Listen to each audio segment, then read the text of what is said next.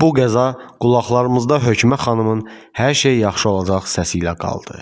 Hamı sakit olsun. Allahu Ekber, Allahu Ekber. Qabağa 20 nəfər gəlsin. Allahu Ekber, Allahu Ekber. La ilahe illallah. Hamı kəmərlərini bağlasın. Hörmətli sərnişinlər, təlimata uyğun hərəkət edin. Hər şey yaxşı olacaq. Bugün Azal J28243 nömrəli Bakı-Grozny reysini həyata keçirən Embraer 190R tipli Qusar adlı təyyarənin qəzasından bir il ötür. Keçən il bu vaxtlarda göylər aeronəqliyyatın qəhrəman pilotları Igor Kişniyakin və Aleksandr Kalyaninov, ekipaj üzvləri Hökümə xanım Əliyeva, Aydan xanım Rəhimli və Zülfüqar bəy Əsədovun misilsiz qəhrəmanlıqlarına şahidlik etdi. Ekipaj üzvləri ilə birlikdə 67 nəfərin həyəcan dolu anları, 29 nəfərin sağ qalması ilə birlikdə 38 ailənin evinə qara xəbərin getməsi ilə bitdi. Bəlkə də qəhrəman ekipaj üzvlərinin səyi olmasaydı, daha çox adamın evinə qara xəbər gedə bilərdi. Allah bu qəzada vəfat edənlərə rəhmət eləsin. Bəs dünyanın ən çox təyyarə ilə səyahətlərin olduğu futbol aləmində bu cür hadisələr olubmu? Cavab təəssüf ki, bəli. Gəlin onların hər birini yada salaq, siz də kanala abunə olun. İlk öncə onu qeyd edim ki, əgər təyyarə qorxunuz varsa, bu videoya baxmamağınız məsləhətdir. Onu da bildirək ki, təyyarə dünyanın ən təhlükəsiz nəqliyyatıdır. Belə ki, sizin avtomobillə qəzaya düşmə ehtimalınız təyyarə ilə qəzaya düşmə ehtimalından 1 milyon dəfə çoxdur. Bunları nəzərə alaraq videoya baxsanız daha yaxşı olar.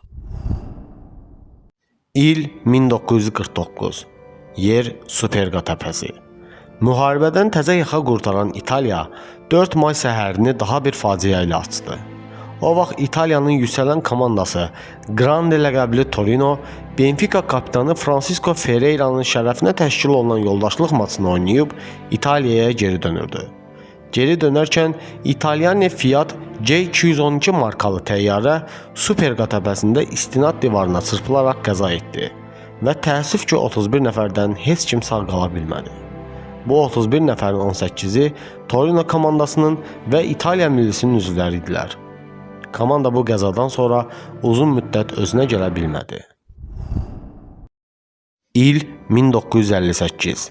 Yer Münhen şəhəri.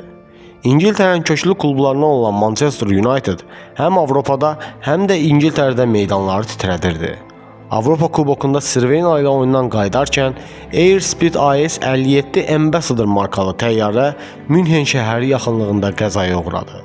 Sir Matt Busby'nin oğlanları adı ilə tanınan məşhur futbolçular Joe Bent, Roger Bryan, Eddie Coleman, Mark Jones, David Peck, Tommy Taylor, Duncan Edwards və Liam Whelan həmin qəzada vəfat etdi.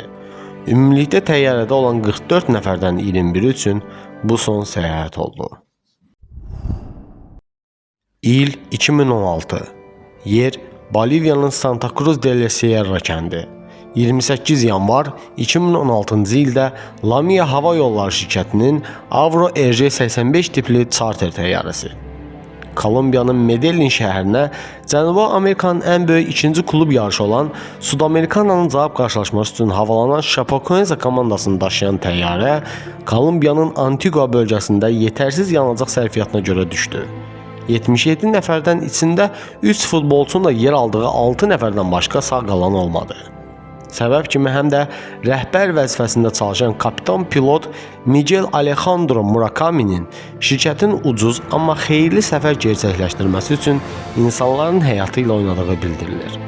Belə ki, o Kolumbiyadan Boliviyaya istəniləndən daha az yanacaqla gedildiyini bilirdi. Ona görə də tələb olunan az yanacaqla havalandı.